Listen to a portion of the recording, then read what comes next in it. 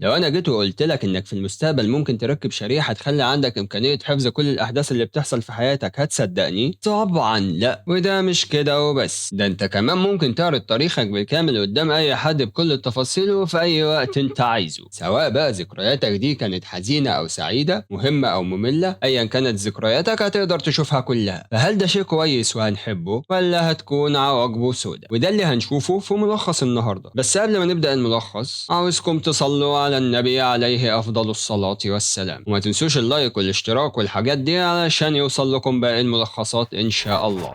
ده اسمه ليام، راجل بيشتغل محامي بيقدم تقييمه السنوي في الشركة اللي شغال فيها. بيفضل رؤسائه في العمل يحفزوه علشان يشوفوا ردود فعله، وبناء عليها هيكون التقييم اللي بيه هيترقى أو لا. وبيقولوا له إنه في مكتبه الجديد هياخد حالات الأبوة والأمومة المرفوع ضدهم قضايا، وبيعرضوا عليه موقف ما للاختبار، وما بيكونش الموقف ده كويس أخلاقيا ولا حتى أدبيا. فبيسألهم ليام عن رأي الشركة، فبيقولوا له إن الشركة بتأيده، فبيأيده هو كمان، لكن بيكون واضح عليه إنه مش راضي. فبيطلبوا منه يعيد التقييم تاني مع باقي الموظفين الأسبوع الجاي. فبيستأذن ليام وبيمشي يروح يركب تاكسي، وفي التاكسي بيحط جهاز ما على شاشة قدامه، وبيتعرض له على الشاشة دي إعلان لجهاز زي شريحة صغيرة كده بتسمى بالبذرة، ودي بتشتغل كذاكرة مؤقتة بتتحط ورا الودن. ومهمة الشريحة دي إنها تحفظ أي موقف بتتعرض ليه في حياتك اليومية. وبيتضح إن الشريحة دي ليام مركبها، وبيكون لها وحدة تحكم متصلة بإيد ليام. فبيبدأ يقلب ما بين المواقف، وبيجيب التقييم اللي كان بيتعمل له من شوية مع رؤسائه، وبيراقب ردود أفعالهم وتعبيرات وشهم، وبيحس إن تقييمه ما كانش كويس. بعدها بيوصل ليام المطار، وبيبدأ الأمن يفتشه عن طريق الجهاز. فبيطلب منه عامل الأمن إنه يعرض له آخر 24 ساعة قضاهم، وبعدها بيطلب منه إنه يعرض له آخر أسبوع. ولما بيلاقيه نضيف وما عملش أي حاجة تدينه بيعديه. وبيوصل ليام على بيت حد من صحابهم القدام، وقبل ما بيخش بيعرض لقطات من الشريحة علشان ما بيكونش فاكر اسم اللي هتقابله. وبيعرف إن اسمها لوسي، وبيبدأ يقدم لها نفسه، وما بتكونش لوسي فاكراه في الأول ولكن بتفتكره. وأول ما بيخش بيشوف مراته اللي اسمها فيون، وبتكون بتضحك مع راجل غريب اسمه جونز. وأول ما بتشوفه بتروح تسلم عليه وبتسأله عن التقييم، فبيقول لها إنه هيتعادل الأسبوع الجاي، وبيسألها عن بنتهم جودي، فبتقول له إنها مع المربية جينا في البيت. وبيجي عليهم جونز وبيقدم نفسه، وبعدين بيروح يجيب حاجة يشربها. بعدها بتعرفهم لوسي على صاحبتها القديمة هيلين، وبتسأل ليام عن التقييم وإيه اللي حصل فيه. فبيقول لها مش عارف، ولكن أعتقد إنه كان كارثي. فبيقولوا له اعرض لنا التقييم وإحنا هنقيم التقييم. فبيوافق ليام، ولكن بيكون واضح عليه إنه متضايق ومش عاوز يعرضه. فبينقذوا جونز من الموقف ده، وبيقول لهم إن ده موقف محرج، فبيشكروا ليام. وبعد شوية بيقوموا علشان ياكلوا. فبيسأل ليام فيون عن جونز، وده لأنه ما شافهوش قبل كده. فبتقول له إن ده صديق قديم وأنا قلت لك عليه قبل كده، وبتمشي. فبيعرض ليام تاني الموقف اللي شافه أول ما دخل البيت، وده لما كانت فيون بتضحك مع جونز. وعلى الأكل بيبدأ جونز يحكي عن علاقاته القديمة، وبيلاحظ ليام إن فيون مركزة معاه جدا، وبيكون باين على ليام إنه مش مرتاح معاهم ولكن قاعد علشان فيون. وبيكون بياكل من غير ما ينطق ولا كلمة. وبيكمل جونز كلام عن العلاقات، وبيقول لهم إنه دايما بيفضل يعيد في ذكرياته القديمة في الشريحة بتاعته. فبتقول هيلين إنها ما بتعملش كده، وده لأن الشريحة اتسرقت منها من 12 شهر. فبيسألها ليام إذا كان ده مؤلم، فبتقول له إنه مش بس كان مؤلم، ده كان عذاب. ولكن على الرغم من كده هي مش فاكرة أي حاجة من اللي حصل، بس الشريحة لسه سايبة ندبة مكانها. وبتقول إن حياتها كده عجبتها أكتر وإنها بقت أسعد. وبعد شوية بيقول جونز حاجة المفروض إنها بتضحك، فبتضحك فيون جدا لوحدها، وبيشوفها ليام. وبيبدأ واحد من اللي قاعدين معاهم يعرض لهم في ذكرياتهم القديمة، وده علشان يتسلوا فيها وهم قاعدين. وبعد شوية بيقوم ليام وفيون يروحوا، وهم في الطريق بيعرض ليام التقييم، وبيكون ليام مركز جدا في تفاصيل كل حاجة بتتقال، وده على عكس فيون اللي مش مهتمة بالتقييم أصلا وبتعدي بسرعة وتبارك له. لكن هو بتركيزه في التفاصيل بيستنتج إنهم مش عاوزين يقابلوه تاني. وبيبدأ يسألها عن جونز وعلاقتها بيه، وبيقول لها إنه مش عاجبه وإنه شخص مش كويس. فبتسأله طب ليه دعيته في بيتنا؟ فبيقول لها إن أنت كنت عاوزاني أدعيه. فبتقول له إنها ما قالتش ولا كلمة. فبيقول لها إنها كانت بتضحك جدا على أي حاجة يقولها. فبتعرض له كل اللي حصل من الشريحة بتاعتها، وبتوريه إنه هو اللي دعاه لبيتهم. فبيقول لها أنا أكيد ما كنتش عاوزه يجي، أنا بس كنت مؤدب مع المغفل ده. فبتقول له لو مش عاوزه ممكن تمشيه. وأول ما بيوصلوا البيت يبدأ ليام يمشيه من غير ما يحرجه، وبيقول له إنهم بس تعبانين. فبيودعهم جونز جونز ويمشي. ولما بيدخلوا البيت بيودعوا المربية جينا اللي بتديهم جهاز التحكم في شريحة جودي بنتهم، وبيقعدوا يتفرجوا سوا على اللي حصل مع جودي وهم مش موجودين. وبعد شوية بيسأل ليام فيون تاني على جونز وبيقول لها هل ده كان صاحبك؟ فبتقول له ايوه، وبيكون واضح ان ليام شاكك في حاجة. فبتقول له انت ممكن تكون لاحظت ان في حاجات بيني وبينه، وده بسبب ان كان في بيننا علاقة من كام سنة. فبيلومها على علاقتها بيه. فبتقول له ان احنا كلنا عندنا اخطاء، انت ناسي علاقتك بجيما؟ فبيقول لها انه على الاقل قال لها على علاقته بجيما، وده على عكسها هي ما جابتش سيرة عن جونز خالص. فبتقول له انها قالت له انها كانت على علاقة بشخص ما. فبيقول لها انه كان فاكره شخص لطيف وانها المفروض تتكسف من نفسها لان الموضوع يكسف. وبيبدأ يلاحظ ان كلامها كله متناقض، وده لانها كانت قايله له انها على علاقة بالشخص ده لمدة اسبوع ودلوقتي بتقول له شهر. فبتنكر انها قالت الكلام ده. فبيشغل لها الشريحة وبيرجعها وقت ما قالت كده بالظبط. فبتقول له ان الموضوع مش مهم وبيبدأوا يتخانقوا. وبتقول له انه ابتدى يبقى شخص مهووس وانه بدأ يدمر كل حاجة. فبيشتمها ليام. فبتتسجل الشتيمة على الشريحة بتاعتها وبتبدأ تعيدها كذا مرة. فبيقول لها ليام انه ما قصدش الشتيمة دي. فبتسيبه وتمشي. فبيروح ليام يصالحها، واول ما بتنام بينزل يعيد كل القعدة بتاعتهم عند لوسي وكلام جونز لحد الصبح. بعدها بيشغل خاصية قراءة الشفايف، وبيعرف انه لما دخل على فيون وجونز كانوا بيقولوا انه كويس انهم اتقابلوا تاني. وبتقول فيون لجونز انها كانت متوترة لما عرفت انه هيبقى موجود. وبيجيب ليام جينا المربية بتاع جودي وبيسمعها اللي قاله جونز، وفيون ضحكت عليه بصوت عالي وبيقول لها هل دي حاجة تضحك؟ فبتقول له لا. وبتنزل عليهم فيون وبتشوف اللي بيحصل. وبتكون جينا هتمشي فبيقول لها انه هيعرض عليها كمان موقف، وتقول مين اللي كان عاوز اكتر انه يدعي جونز عندهم. وبتكون فيون قالت لجونز قبل ليام، وكان باين عليها فعلا انها بتدعيه يكون معاهم. فبتمشي جينا وما بتجاوبش، وبتقول لليام انها مش عايزه تتدخل بينهم. فبتوصلها فيون وترجع تقعد مع ليام، وبيوريها ليام الاختلاف وازاي كانت بتضحك مع جونز ولما هو جه الضحكه اتشالت وبقت مكتئبه. وكمان بيوريها ازاي بتبص لجونز وازاي بتبص له هو، وبيكون واضح جدا الفرق بين الاتنين. وبيعرض لها الذكريات القديمه اللي كان بيعرضها صاحبهم، وبتكون ظاهره في الذكريات دي مع جونز. فبيسالها ليام عن مده علاقتهم الحقيقيه. فبتقول له 6 شهور. فبيقول لها يعني كدبتي وما كانش شهر ولا اسبوع. وبيسالها اذا كانت لسه على علاقه بيه. فبتفضل تدافع عن نفسها وتقول له انها كانت طبيعيه وزي اي حد في الموقف ده ومش على علاقه بيه. وبيفضلوا الاتنين يتخانقوا وصوتهم يعلى. فبتسيبه فيون وتمشي. فبيفضل ليام يعيد في المواقف كلها ويركز في تفاصيلها. وبعد شويه بيخرج ياخد عربيته ويروح على بيت جونز، وبيقول له انه هنا علشان يتكلم معاه. وبيبدا يتصرف بغرابه وبيواجهه بكل حاجه، بس جونز بيفضل يطرده. ولكن ليام ما بيخرجش. لما بيحاول جونز يخرجه بالعافيه بيضربه بالازازه على دماغه. بعدها بيفوق ليام في مكان بعيد وهو عامل حادثه بعربيته. لما بيخرج منها بيبدا يعرض اللي حصل بالشريحه بتاعته، وبيكون ضرب جونز ووقعه وهدده بالقتل لو ما مسحش كل ذكريات فيون الموجوده معاه. فبيمسحها جونز، ولكن بيبان على ليام انه زعلان جدا. وبعد شويه بيرجع ليام على بيته وبتكون فيون نايمه. واول ما بتصحى بيسالها اذا كان هو ابو جودي ولا لا. فبتقول له ايوه اكيد انت ابوها. فبيقول لها انا بحب الصوره دي جدا وعلشان كده اشتريتها لك. وبيبدا يعرض لها اللي حصل، وبيعمل زوم في ذكريات جونز مع فيون، وبتكون في ذكرى منهم فيون وراها الصوره اللي جابها لها، وبيكون تاريخ الصوره من 18 شهر بس. وبيقول لها ليام ان لما حد بيشك في حاجه بيكون الموضوع افضل لما يطلع شكه صح. فبتبدا فيون تدافع عن نفسها وبتقول له انه ما كانش بيكلمها لمده 5 ايام وانها كانت بائسه جدا، فراحوا علشان يشربوا وسكرت وما كانش المفروض ده يحصل. فبيطلب منها انها تعرض له الشريحه بتاعتها. فبتقول له انها مسحت كل اللي حصل. فبيقول لها وريني انه اتمسح. فبتروح تجيبها وتحاول تمسحها بسرعه، لكنه بيوقفها وبيقول لها بكل حزن انت لسه محتفظه بالذكريات دي. فبتتاسف له فيون. فبيتخانق ليام معاها وبيطلب منها تعرض له اللي حصل لانه عاوز يشوفه. فبتعرضه وبيبدا ليام يشوف اللي حصل، وبيعدي الوقت وبيفضل ليام يعيد في كل ذكرياته مع فيون وبنت جودي وهو حزين، وبيتخيلهم في كل مكان يروحوا قبل كده ودلوقتي. وكل ما يخش مكان يعرض ذكرياتهم فيه، وكل ما كان بيعيد ذكرياته ويشوفها تاني كل ما كان بيتوجع اكتر. وعلشان يتخلص من الوجع ده بيخش الحمام وبيجرح نفسه بالموس وبيطلع الشريحة من مكانها، وبكده يبقى اتخلص من كل الذكريات المؤلمة بتاعته. وبس كده هنا يكون خلص فيديو النهارده. حكاية ليام خلصت، لكن حكايات بلاك ميرور لسه ما خلصتش، فاستنونا في باقي حلقات مسلسل بلاك ميرور في الايام الجاية ان شاء الله. وما تنسوش تصلوا على النبي عليه افضل الصلاة والسلام. والسلام.